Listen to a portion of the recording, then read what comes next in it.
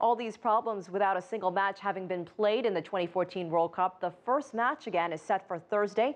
CCTV's Joel Richards is live for us in Rio de Janeiro. And Joel, that brings us up to speed on the other issue that we've been following, the strike of the subway workers in Sao Paulo. Evening, Elaine. Well, as you said, the strike has really been creating a lot of fear for the authorities about whether or not Sao Paulo will be ready to host this first match, Brazil against Croatia, as you said, on Thursday. At the moment, that strike has been suspended. It was on for 5 days. Over salary payment, the workers are demanding a 12% increase, the government holding out for something closer to 8%. There are negotiations at the moment, but the workers are threatening to return to strike action on Thursday if these are not successful, and of course that would cause congestion and chaos on day one of the World Cup.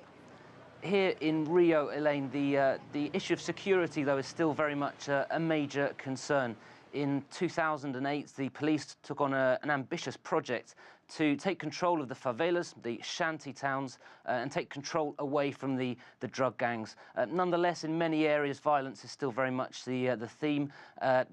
Lucrecia, Franco, CCTV's correspondent, visited the Mare complex near Rio's international airport. Soldiers in trucks pointing weapons patrol the streets of the Mare complex in Rio de Janeiro, a shantytown that combines some 15 poor neighborhoods. Mare is home to around 130,000 people. The troops were called in to drive drug gangs out of the shantytown that lies near Rio's international airport, a response to escalating violence in the area. 37 other favelas now have regular security posts set up, part of the government's so-called pacification program. Mare is next. Marinalva dos Santos has been living in Mare for the last 28 years and is worried about what will happen.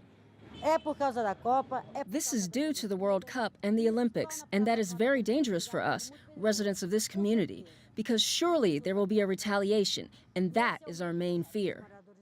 Residents have been living here under the rule of armed drug gangs for years. Now they have to bear the presence of some 2,500 troops patrolling the favela. The military occupation of Mare will last until July 31st, just after the end of the World Cup. Critics say it will only serve tourists flying in and out of the city of Rio de Janeiro during the football tournament. Então, nesse sentido, essa linha de ação. This line of action looks at favelas as a separate territory, a dangerous territory, a kind of enemy territory of the city, and that is a problem. People here say they would rather have public services instead of soldiers, but Rio officials insist they're doing what they can for these areas while delivering safe and secure games. The planning for the World Cup is ready and involved more than 7,000 state police, without counting the federal forces and the strategic forces from the army. So we are ready, and from the first fortnight in May, the actions will already have started. So for the World Cup, we won't have any problems. We will have a secure World Cup. Rio will host 7 World Cup matches, including the final, and what the city doesn't want visitors to witness is violence.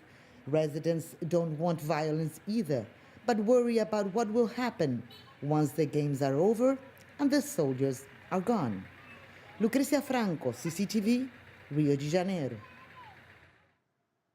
So this World Cup then really looking to have as much news off the pitch as it will be producing, of course, on the pitch. 2 days to go. Some very bad news for the Brazil camp. Luis Scolari, the head coach there, heard that his nephew was killed in a car accident. He was close to leaving the team camp there, as we said, just 2 days away then from the start of the World Cup and, of course, Brazil's debut in Sao Paulo against Croatia. Back to you, Elaine. All right, the countdown continues. Joel Richards, thanks for that.